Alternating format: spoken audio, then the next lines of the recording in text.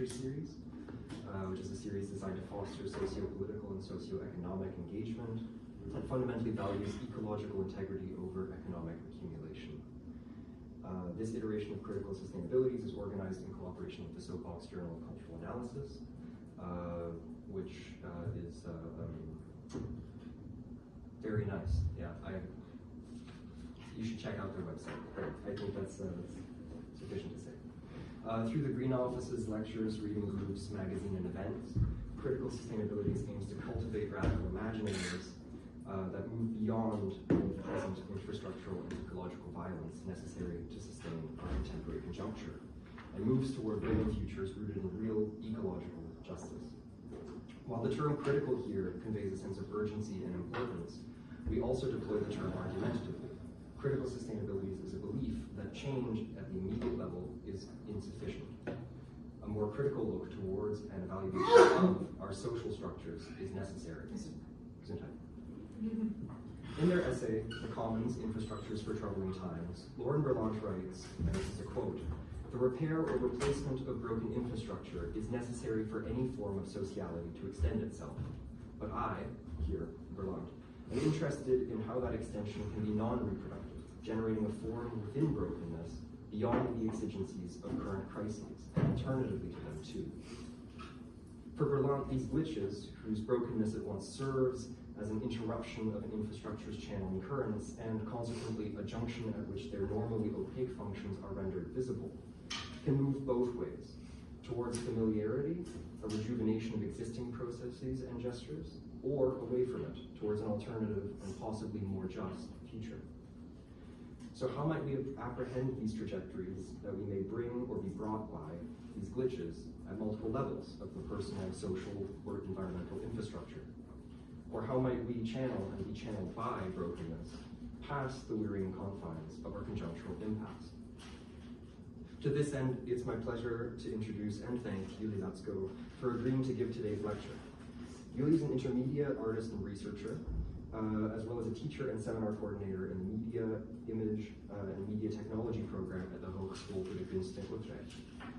Her artistic research practice, which foregrounds, among other topics, hacker culture, critical making, infrastructural critique, and post-Anthropocentric thought, has been featured in solo and collective installations across Europe. And her first book, The Art of Hacking, Strategic Intersections Between Hacker Culture and Visual Arts, was published in 2021 based on her doctoral monograph from the Hungarian University of the Fine Arts. Her lecture today, covering recently published work with the Amsterdam-based Institute for Network Cultures, is entitled All Computers Are Broken, Rethinking the Technosphere Along Lines of Repair and Maintenance Work. I hope you all enjoy. Thank you, RJ, for the kind introduction, and thank you for coming to this session, and thank you so much, Shane, for inviting me. I'm going to talk a little bit about the kind of how I got to the kind of practice that I do these days. So there's going to be a little bit of historical situating me in the fields where I move in, and a lot of this talk will be focused on the mentioned essay, All Computers Are Broken, and how I got there and where can we go from there.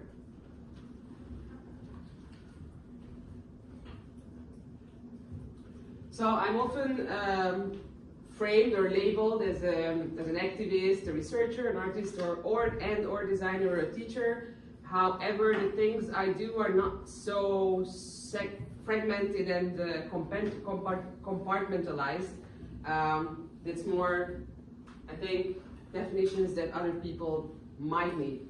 I mainly studied at MOME in Budapest at a video program and the teacher program back then, and then I did my doctoral degree at the Fine Arts University of Hungary, and I was a guest student in Zagreb, in Marseille, and in Leipzig for a semester each.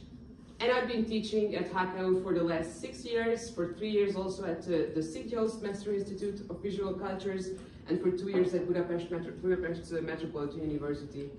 I have lived and done artist residencies in several places, and I've been based here for in Amsterdam for a good part of the last 6 years. I originally come from a practice in video performance or VJing, which is not confined to clubs, but a lot of it is done in clubs, or used to be done in clubs when loop-based VJing was still the standard. And that took me to places, including theater, where I designed not only live video performances, but also interactive, installative theater parts. The one you see up there is an adaptation of Victor Pelavin's Hamlet of Horror. Anybody knows this? Anybody knows anything from Pelavin? Generation P? Brilliant Russian writer who really captures the generation of the transition in Russia. I've also worked not just with digital material, with analog material. Increasingly, through the decades of my practice, I started to always look for, and I keep looking for, the moments when the analog and the digital meet and fold and become something that they couldn't be separately. And so that's an important aspect of the things I do. In 2011, I had the privilege to be part of a group of artists who got a grant. We did one of those honorarium artworks for Burning Man, which was partly consisting of this material that I have developed in the years prior to that. You could see it in other projects of mine, such as these laptop cases, which was sort of a response to working only digitally in the beginning, and then it became this upcycled plastic material sort of became this interface of the analog and the digital meeting, because I used it as a projection surface here, but also in other instances ever since. But also Burning Man has been a transformative experience in my practice, in the sense of sort of as a VJ, as a video performer, there's not much further from there where you could escalate your fame or your success other than designing a honorarium piece for Burning Man. And I increasingly started to be interested in the social aspects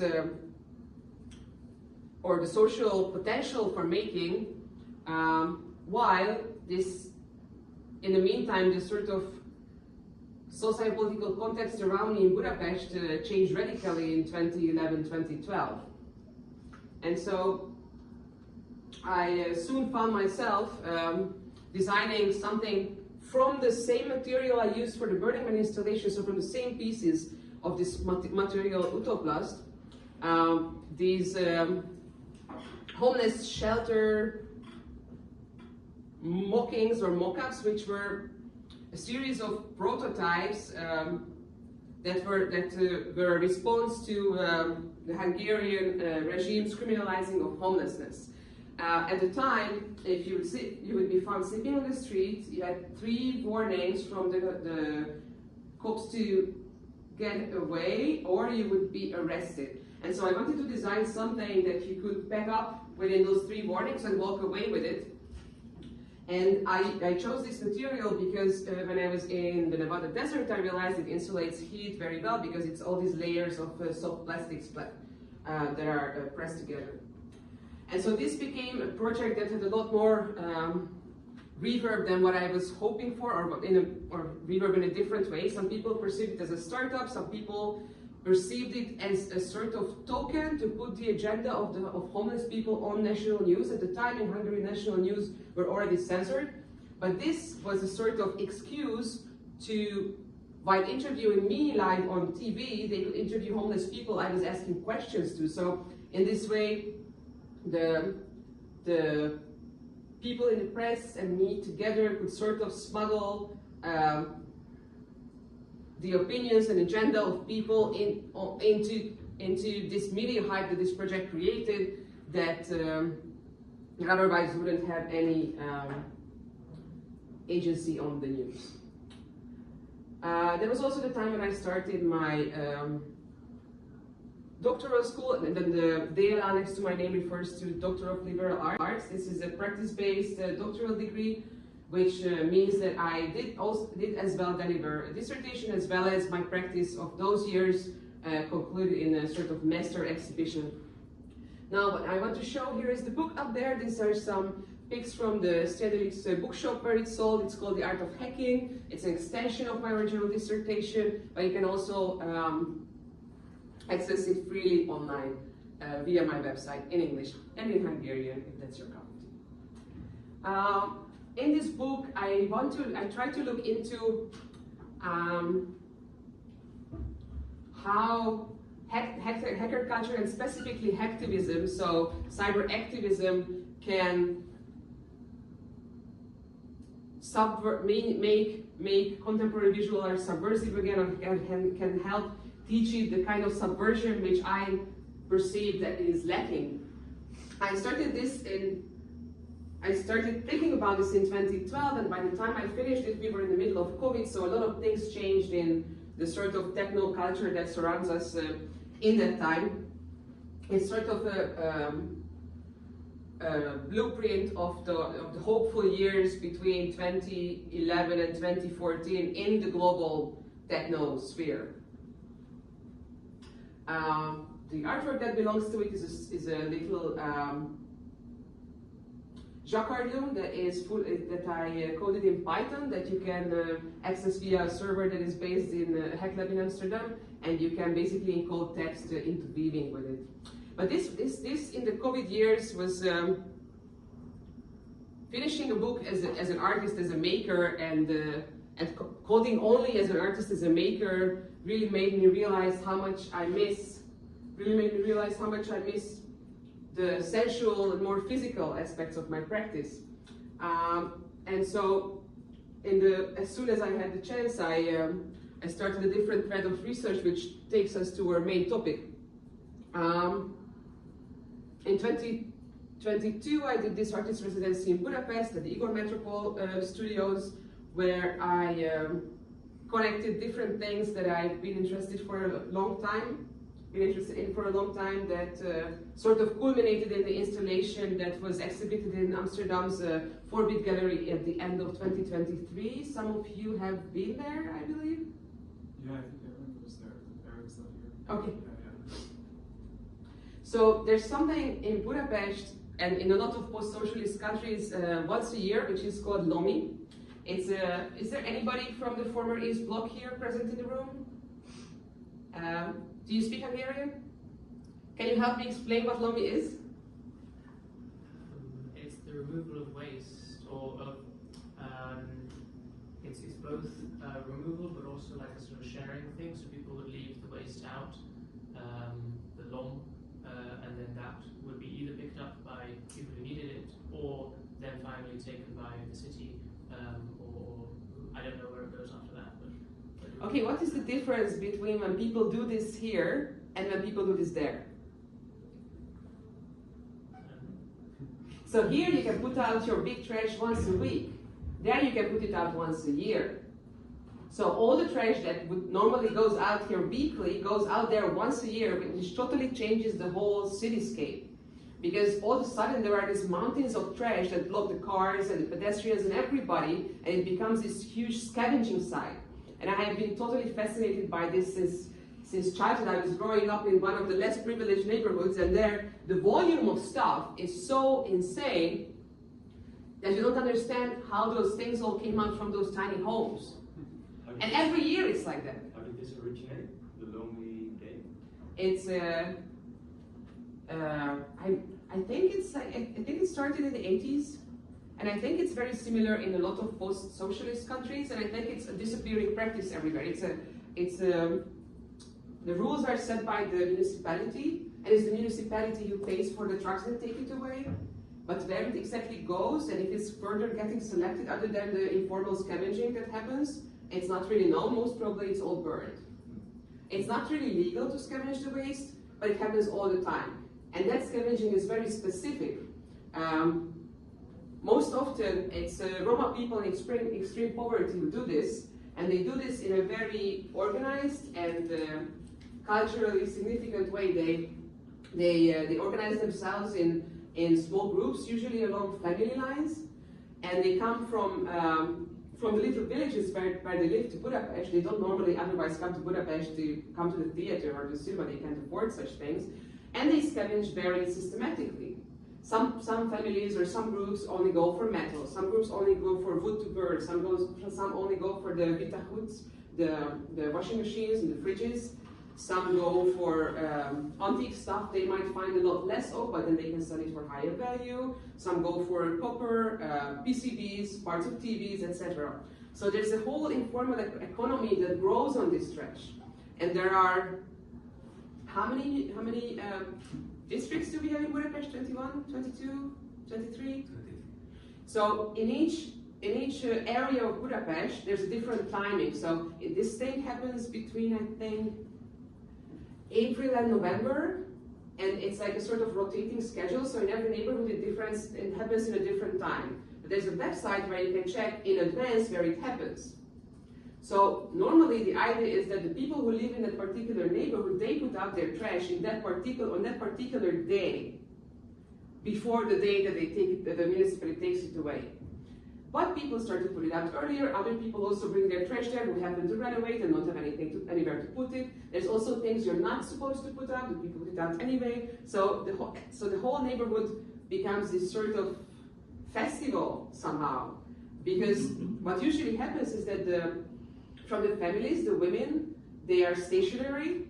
They sit themselves somewhere, and then the guys go around with or without vehicles, and they gather all the stuff around them.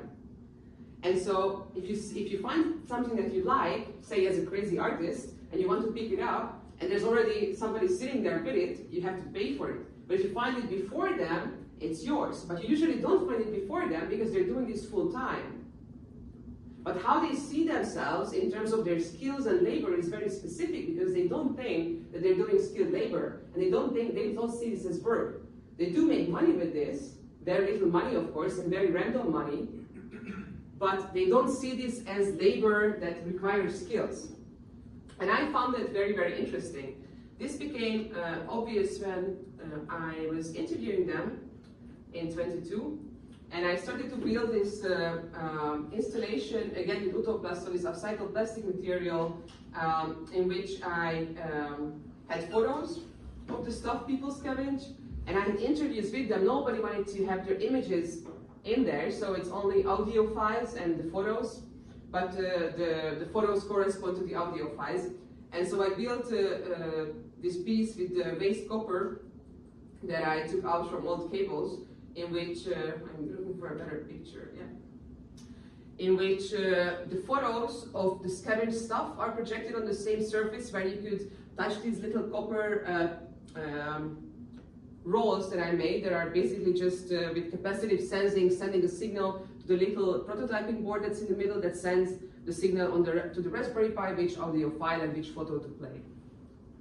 And so this was the installation where we're at OT 301 at the 4-bit gallery.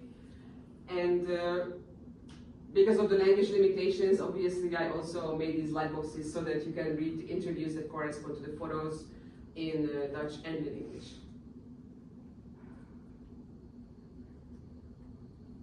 And then again, there's a sort of coding / digital aspect, and there's a very analog aspect which come together. I used the Arduino IDE and Pure Data, both open source, to create this work. And soon afterwards, I was invited to put together this presentation and essay for Metaforum. Metaforum used to be this conference / network in Budapest that included the Geert Lobink of the Institute of Network Cultures in the 90s. So in the sort of euphoria after the transition, when all these cities like Budapest, Bratislava, etc., became so available to the West, there was a lot of cultural, especially new media and arts collaboration between the universities and different cultural institutions. And Metaforum was born in this sort of euphoria. And last year, almost exactly a year ago, we had the 30th anniversary of Metaforum, and we tried to look at, okay, where are we now compared to how things were going then? And so the title of this conference was Permacrisis, in reference to how the world keeps falling apart.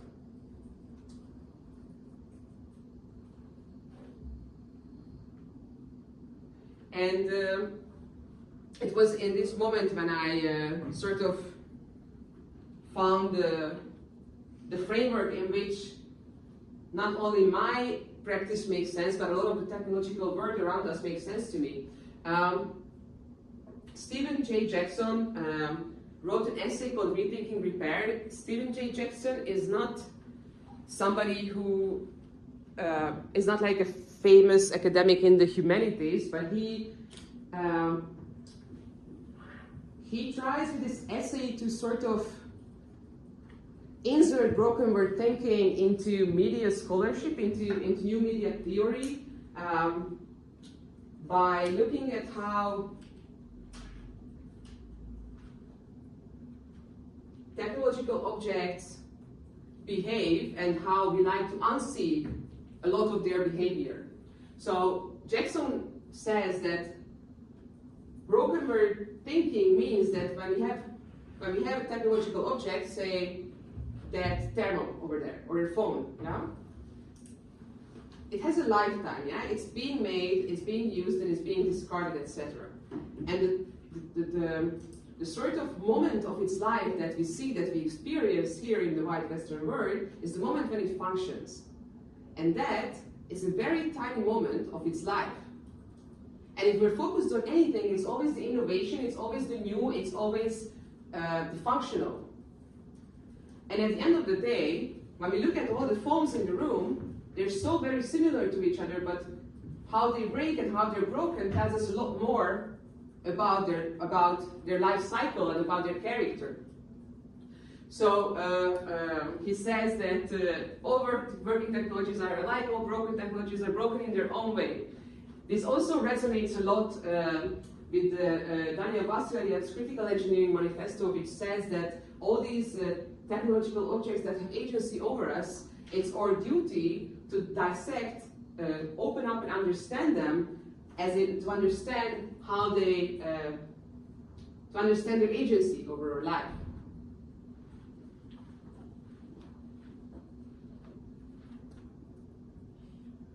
One example that Jackson brings in his essay is a photo series from Edward Burtynsky, Shipbreaking or Shipbreakers from 2012, which documents a practice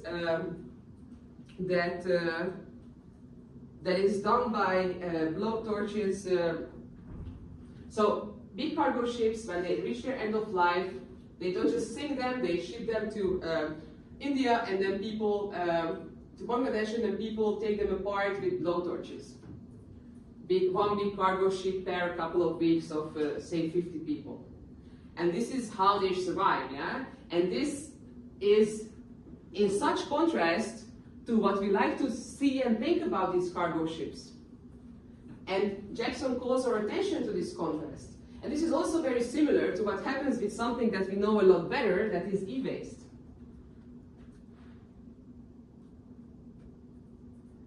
And this is still the shipbreakers. So what he draws our attention to is around broken word thinking is not just what breaks, and that these technological objects are a lot more often broken than not, and in a very big lifetime, part of their lifetime they're actually broken, but also that how we don't want to see that. How we like to see the new, the shiny, the fancy, the functional, yeah? And how we think that when an object is not fully fulfilling its function that we paid for, it's not existing anymore. And he says that the denial of its existence after it's broken does amount to ecological racism and waste colonialism. So it's not just that we're throwing these objects away as if they didn't exist anymore. Away means out of my sight. It's somewhere there or there, yeah? And it has a very huge impact on other people. But we don't like to take that responsibility, and we don't like to see that impact.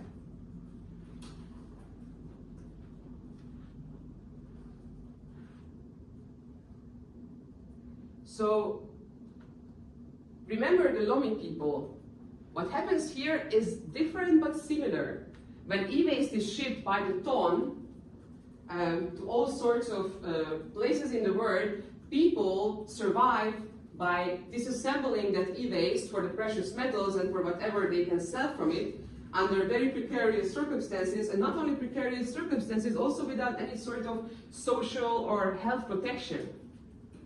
Their labor rights, their health rights, their human rights, there's nothing that is taken into consideration because it's a fully informal economy. And of course, not only we wouldn't like to do that, we also don't like to see that, or the white Western world doesn't like to see that. Interestingly enough, people who do this, they also don't see themselves as skilled laborers, they also just see themselves as something they do for survival, right? So why is it? And I'm more familiar in the Budapest context, I'm not familiar in the Alpoglossy context and in other such contexts. If we compare these two situations, we see that the sort of shipped e-waste in China, in Africa, and so on, it's a volume that we cannot comprehend. It's such a huge scale that we cannot even imagine it. But when we have Lomi in Budapest, it's on a very human scale. And the ecological racism is right in front of our eyes. But somehow, because you're growing up with it, you don't think it's so significant. It's very normal. It's also strange to see how in the cityscape, the people who live in the city and the people who scavenge the waste, how they relate to each other.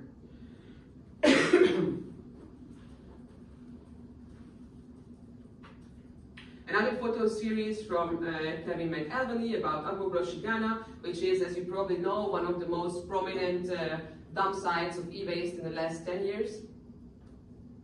This is from Budapest, from the Ferencváros. So these are the photos on the right side. They are very old photos from me when I was like 17 or 18 and had my first analog camera, and the left side ones are more recent. What you see is that people cannot even pass on the street anymore. Everything, like the whole space changes to this sort of undone, upside down thing in which you sort of have to figure out what to do if you're scavenging. It's very random what you find. If you're one of the scavengers, it's also not only very random what you find, but it's also very random what you can sell and for how much. The different groups, they trade between themselves, but they also trade with people who are not on the scene at the moment. So there's this whole informal network. Interestingly, Budapest, with its sort of, with it being geographically situated between these two extremes of a scale on resource and based colonialism, it cannot really, it sort of gives you a view of these extremes. So when we think about sustainability in the white Western world or Northern world, we think about this conscious consideration that we here as a group, we understand that we shouldn't throw away all these plastic cups, so we have to bring our little sustainable cups to the uni, and we'll all invest with this gesture into a future which will be nicer. So we kind of have this idea that now we're doing something so that the future will be nice. We're investing into the future. Whereas, if you're struggling to survive and all of a sudden 10 tons of e-waste are dropped in the next village 4 times a year, and you can scavenge that waste, you're in a totally different situation. You don't have the privilege to consider an investment into the future, but you will scavenge that waste in order to be able to buy food. And a lot of people who do this in the big e-waste sites, on the big e-waste sites, they're coming from other villages in the hope of a better future. And they actually do a lot more for sustainability, or at least material sustainability, than what we do when we get our reusable cups. Or at least the perception or the idea is very, very different. So there's this ethos of investing into the future stuff and sustainable stuff, while all these tons of trash are still being shipped from out of our sight into these gray areas, these unregulated areas. Stefanie Bursic, an amazing author of the clay PCB she made, I don't know if I have it here, I don't think I have it here in my presentation, but she made this brilliant map of which country ships their e-waste where. You can find this illustration in my essay. So there's like specific practices of sort of semi-legal arrangements, which is how e-waste ends up in places. But back to Budapest, the amazing thing is that all this contrast, all this discrepancy is not happening in two different continents. It's happening on your street. And that sort of makes it more accessible, also more stunning. And if I wouldn't be used to it from my childhood, then I would just go there all the time, I would be totally stunned to see this. So the vast majority of the people who live in Budapest or in these neighborhoods and put out their waste will be white, and the vast majority of the people who scavenge the waste will be Roma. And there has been historically an incredible amount of structural racism against the Roma in Hungary, and that, I think, contributes to the fact that they don't see themselves as laborers in this, and they don't acknowledge their own skills in these situations. In the interviews, they always say that this is not work, it's just something they do and they're just trying to survive. But it's something that they do in a lot of their vocal hours to call it just fun. But also they cannot really say it's labor because nobody pays them a predictable wage. And those kind of aspects of not seeing themselves as skilled laborers, not having any kind of job security, brings me to one of the most inspiring books on feminist anthropology, Anna Singh's on the possibility of life in capitalist units, which is, do you know the book? Do you want to tell us a few words about it? It's about the Mazateki mushrooms and how, like she calls this supply chain capitalism, like how those, for example, like the mushroom pickers, how they also self-perceive them as not like the providers or producers in this global supply chain, but how this little Mazateki mushroom in the informal economy can also contribute to the, or as an actor in the global capitalism. Mm-hmm. It's very similar to this Lomi, I think. Yes, it is very similar because it also happens in a public area by people who are struggling to make ends meet in a sort of semi-legal way. It's also scavenging, except this is scavenging in nature and the other one is scavenging e-waste in cities. And then once you find something, there's also this informal network of how much money you can make for it or not, depending on the momentary market value of what you found. And there's also this perception of the people who do it, that they're not skilled, that they're not laborers. And something very interesting that Singh says is that one of the significant aspects of this is that you cannot really describe it with the dictionary of capitalism. This doesn't scale. This is not efficient. This is not something that you could sort of put in a box. And so in this brilliant book, she sort of invents the ideas to describe this type of labor, and she refers to ideas of assemblage, the art of noticing, and things that really reframe survival in a sort of post-precarity / post-capitalist context. I would like to point out a few other sources that I think are also really interesting. So when Jackson concludes his essay about broken word thinking, he says that he doesn't really understand why the labor aspect of broken word thinking, so all this work that goes into maintenance and repairing our word, why this hasn't been academically properly researched. And I think he misses a few important points, like feminist histories and accounts of labor, for instance, also infrastructural labor. And so I'd just like to point out 3 really important texts that I think are very revelative in these topics. One of them is about infrastructure. Artistically is an important leftist Italian activist group, and they have a book that they published with the ESC, I think in 2017. And Maxidas wrote, who's one of the founders of the Critical Infrastructure Lab here at UBA, he wrote their introduction, and he says that that innovation-centric narratives, they really don't show all the work that goes into providing communication and network infrastructure, such as the maintenance of servers, the provision of internet access, and so on. But these things make history just as well. Another really exciting resource, you know, More Work for Mother from Ruth Schwarzkopf. It's a breathtaking account of household labor from the pioneering days to the end of the 60s in the US. And what she looks at is how industrialization in general affected the industrialization of the household and how that affected the division of labor in the household.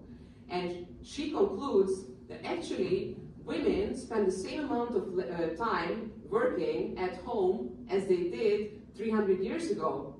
Men have gone to work to the factories with industrialization, and children have gone to school, while with all the more sophisticated and cleaner machines in the household, the standard of cleanliness increased crazily in the homes, so the amount of labor women had to invest into the household never really changed significantly.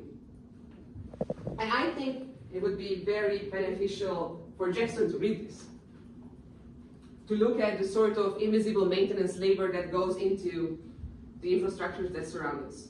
Another one is more close to home from the brilliant Katja Prasnik, which looks at how in the post-transition context, in the post-socialist countries, how cultural labor or labor in the arts is very often seen as a labor of love, and that is seen as something that doesn't need any remuneration.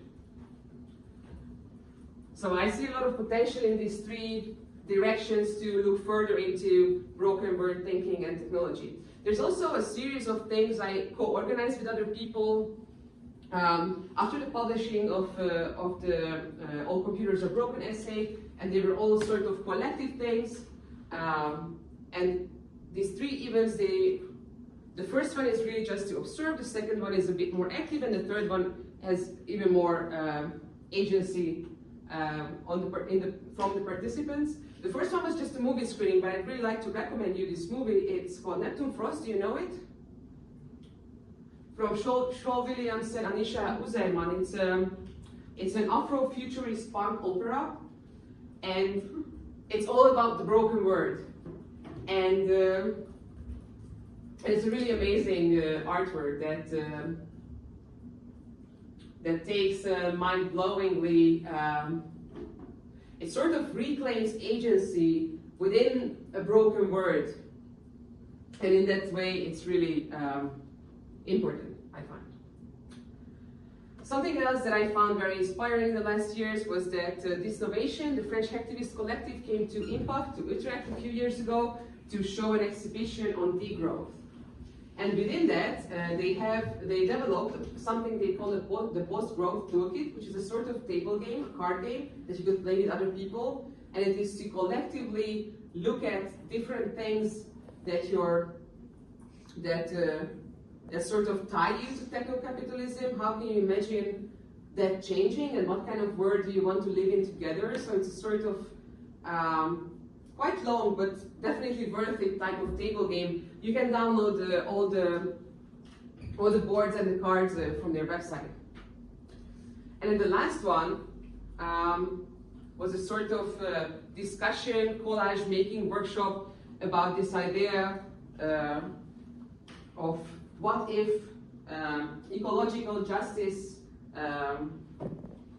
wasn't optional. What if it was built into the system? What would the regime look like where you cannot escape ecological justice? And so I tried to do this brainstorming session with different groups of people about this fictional idea of carbon communism, where your private carbon emissions / your family carbon emissions are regulated. This was actually a concept from a right-wing Dutch politician a few years ago. So this is obviously a prank, and it's not to be taken seriously, but it is to collectively think how we can imagine other worlds in which ecological justice is not the last thing we think about, but the first thing we think about. And so this fictional or prank concept is about is a sort of copy of the 5-year economy that the socialist countries' economies run on or fell on, but not with the money, but with carbon budgets. And so you have some agency over how you spend your carbon budget, but that sort of defines your life choices, how many children you're going to have, if you're going to have a car, if you're going to take a holiday with a flight, and so on and so on. Another little implementation of broken word thinking are these little crawlers here, these little broken robots. They are very, very simple, and they're made of e-waste. This one not entirely, but I'll tell the story of that also. So I went to the workshop of the sound artist and electronics artist Heinz Hiskes last year, and he helped us build these little solar crawlers, which work with a tiny solar panel of, I think, 1.5 volts, and then that the current from that goes directly into this capacitor. A capacitor is something very similar to a battery, but it doesn't have a chemical process to store the energy, to store the current, but once it's full, it just splits it out. And this is what this does, and it powers a little servo motor, so that this turns around. I cannot turn it around really without the sun. And then this moves on. I built 2 more with e-waste only. This one is a little bit, pun intended, almost broken, so I'm not going to turn it on, but it moves like crazy. This is slower.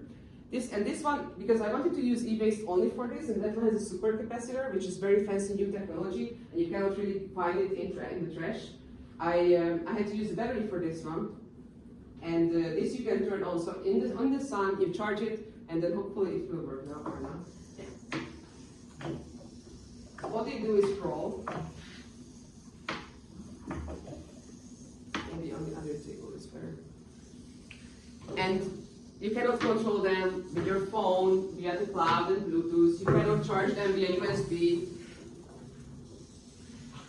But they don't give up also. So with this I try to think about, okay, if we try to make anything without exploitation, anything without... Is it too much suspense? Sorry. So how would computing look like if we would try to do it without hurting anybody? How can we do it? Can we do it? And how would it look like? What kind of aesthetics would it have? What does it mean when something is not streamlined to be perfectly ergonomical and smooth? How would the world look like with machines of a different kind? And that's something I'm still busy with. There was a professor in Finland who gave the students an assignment to try to make a mobile phone device, only with materials sourced from Europe. So there couldn't be any rare earths or lithium, whatever, from outside of Europe. And then the functionality also just drastically increases, and the looks go like, well, not like the solar color, but everything just becomes like something you almost not recognize anymore. And it's very When was this? Where? When? I would say that was like 4 or 5 years ago. Okay, I'm really, really interested in this. I'll try to find it. That was my presentation. Thank you very much. I need to keep us immediately to the Q&A.